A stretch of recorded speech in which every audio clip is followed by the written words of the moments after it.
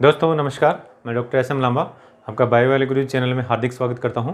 दोस्तों आज मानव रोग में जो छठा भाग है उसके अंतर्गत हम विषाणु जनित रोगों को पढ़ेंगे।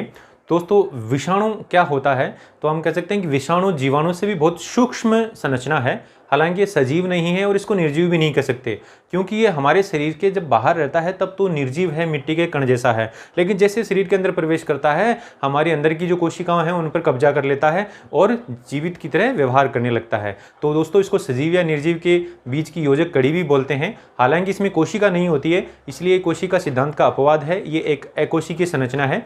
तो दोस्तों अभी आपने कोरोना वायरस के बारे में तो बहुत कुछ सुन रखा होगा, तो हालांकि हम कोरोना के बारे में बाद में पढ़ेंगे, लेकिन पहले हम पढ़ेंगे कि जितने भी विषाणु जनित रोग हैं उनको एक ट्रिक के माध्यम से उनके नाम पढ़ेंगे। क्योंकि हमारा जो एग्जाम में मेन क्वेश्चन आता है वो यही आता है कि हमें पहचानना होता है कि दिया गया रोग विषाणु जनित है या जीवाणु जनित है, यानी बैक्टीरिया द्वारा हो रहा है या फिर वायरस के द्वारा हो रहा है या फिर कोई अन्य कृमि जनित है या फिर प्रोटोजोआ के द्वारा हो रहा है या फिर आप कह सकते हैं कोई अन्य कारक है उसका। तो इस तरीके से दोस्तों हम यहाँ रोगों को पढ़ेंगे। तो यहाँ पर आज की क्लास में हम पढ़ेंगे कि वायरस के द्वारा होने वाले कौन कौन से ऐसे रोग हैं, और उनको सबके नाम याद रहते नहीं हैं क्योंकि मिक्स हो जाते हैं, इतने सारे रोग पढ़ेंगे। तो आप कह सकते हैं हमें यहाँ पर ट्रिक से हमें पढ़ना पड़ेगा। दोस्तों एक बहुत ही मज़ेदार ट्रिक लेकर आया हूँ जिसके माध्यम से हम इन रोगों को पढ़ेंगे। तो दोस्तों स्टार्ट करने से पहले जल्दी से बायो वाले गुरुजी चैनल को सब्सक्राइब कर दीजिए, साथ में ही बेल आइकन दबा दीजिए ताकि आने वाले वीडियोज़ के नोटिफिकेशन मिलते रहें। और दोस्तों इस वीडियो को लाइक और शेयर कर दीजिए। तो दोस्तों आइए जानते हैं वो क्या है मज़ेदार ट्रिक।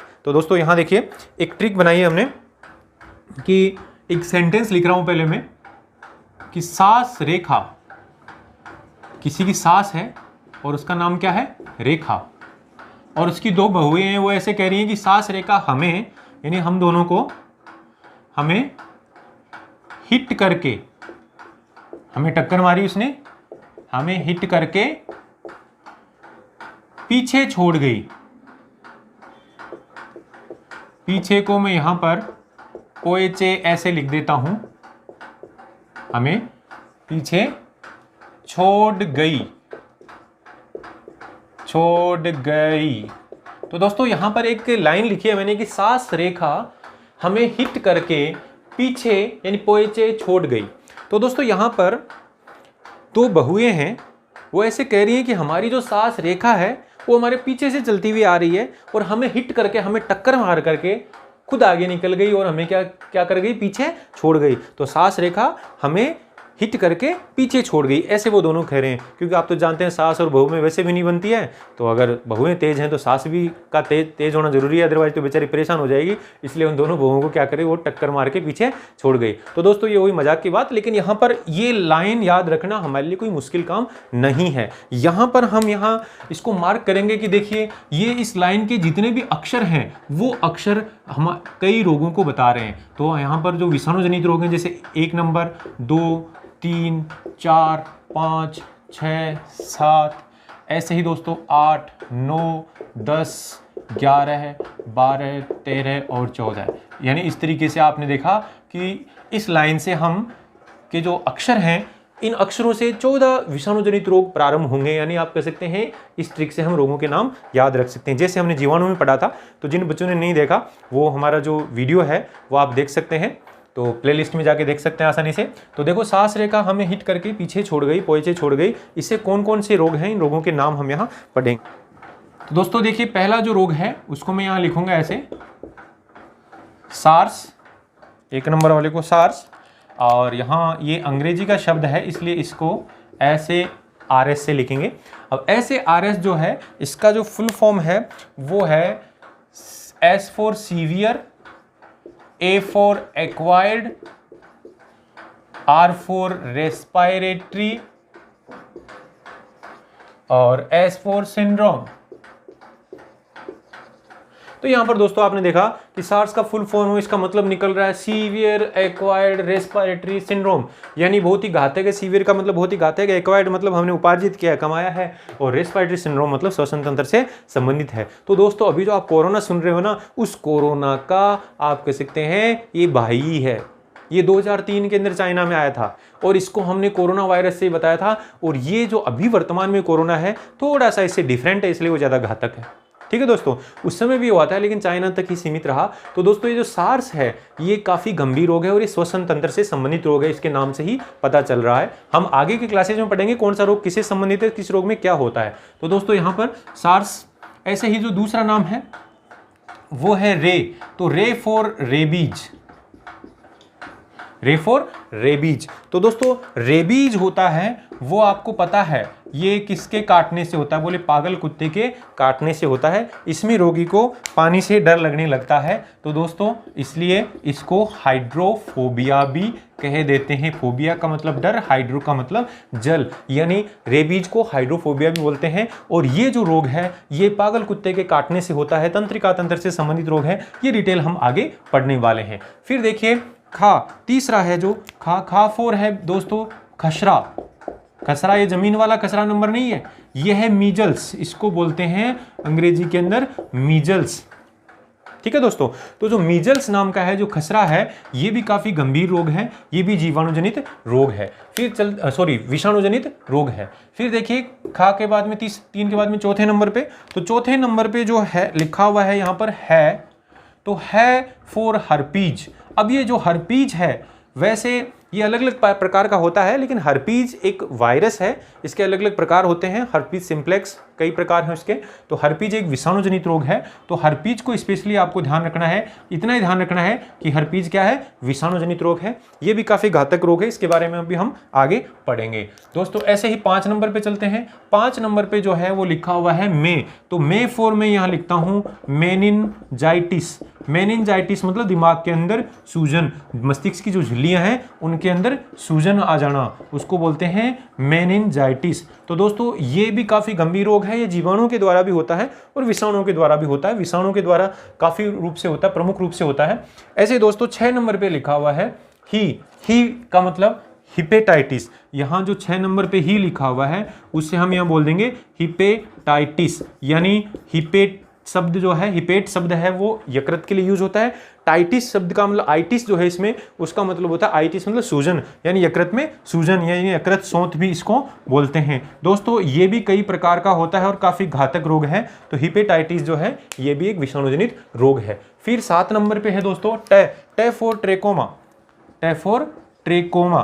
ट्रेकोमा दोस्तों आंखों की से संबंधित रोग है, आंखों की कोर्निया से संबंधित रोग है। और ये जो रोग है दोस्तों ये आप कह सकते हैं विषाणुजनित रोग है, आंख के लिए काफी घातक रोग है। फिर उसके बाद में चलते हैं दोस्तों 7 नंबर के बाद में 8 नंबर पे लिखा हुआ है पो।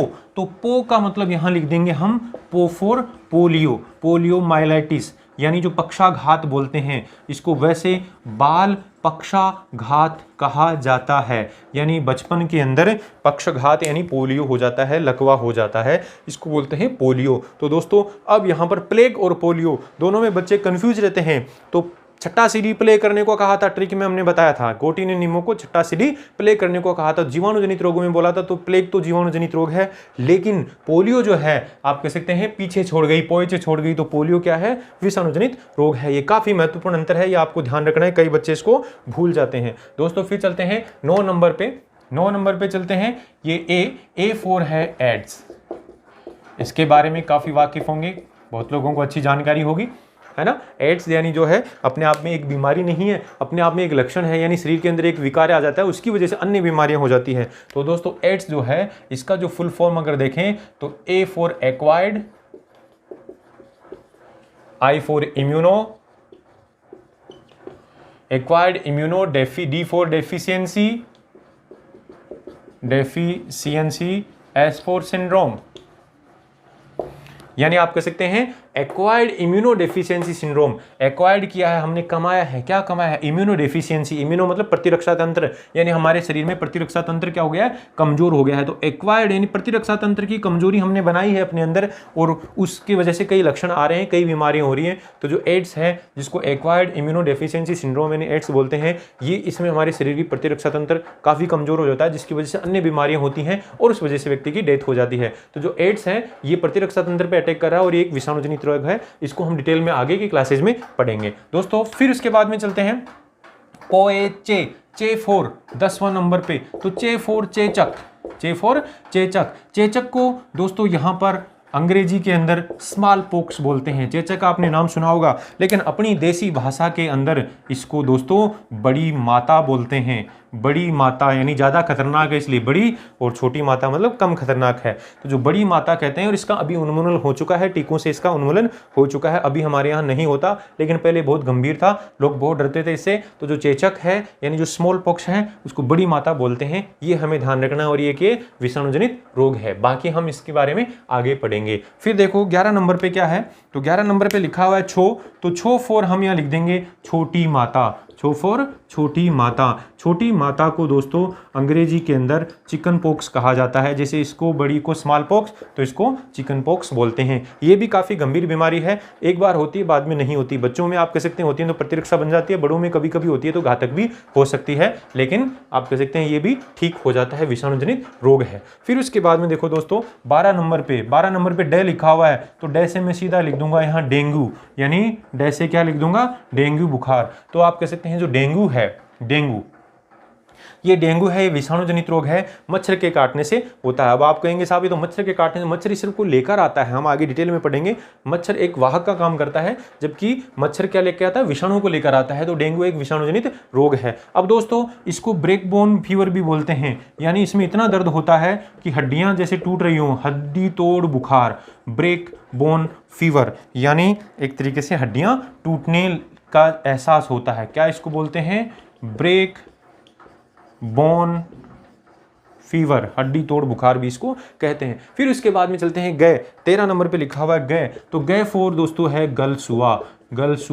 गलसुआ जिसको कन्फेड भी कहते हैं। क्या कहते हैं, कन्फेड भी कहा जाता है, यानी कान के पास में सूजन, और इसको अंग्रेजी की भाषा में मम्प्स बोलते हैं। क्या कहते हैं दोस्तों, मम्प्स, यानी मम्प्स जो है यानी गलसुआ है, जिसको आम भाषा में गलसोड़ा बोलते हैं। यहाँ पर जो लार ग्रंथि होती है, पेरोटिड लार ग्रंथि, उसमें सूजन आ जाती है और एक विषाणुजनित रोग है, ये आपको ध्यान रखना है। फिर उसके बाद में 14 नंबर पे लिखा हुआ है, 14 नंबर पे लिखा हुआ ई, और ई फोर आप कह सकते हैं दोस्तों इन्फ्लुएंजा मतलब जुखाम, फ्लू, यानी जुखाम के जैसा है, थोड़ा सा अलग है, वायरस है विशेष तौर पे। और आजकल जो ये अलग अलग वायरस आ रहे हैं, जैसे आप कह सकते हैं स्वाइन फ्लू आ रहा है, बर्ड फ्लू आ रहा है, ठीक है ना, ये सारे के सारे जो वायरस हैं ये जो है इन्फ्लुएंजा वायरस के ही अलग अलग प्रकार हैं, उनमें चेंज आ गए हैं। तो इन्फ्लुएंजा जो वायरस है ये क्या करता है, फ्लू करता है, मतलब जुखाम जैसे लक्षण है, हालांकि जुखाम का वायरस अलग होता है ना, वो भी एक विषाणु जनित रोग ही है, लेकिन इन्फ्लुएंजा भी वैसे ही श्वसन तंत्र पे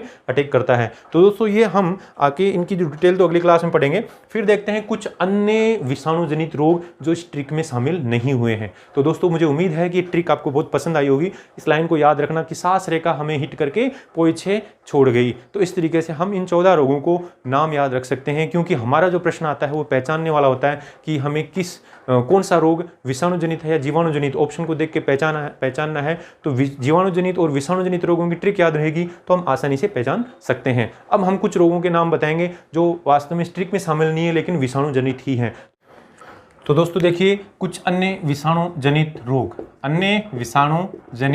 रोग यानी वायरस के द्वारा होने वाले अन्य रोग।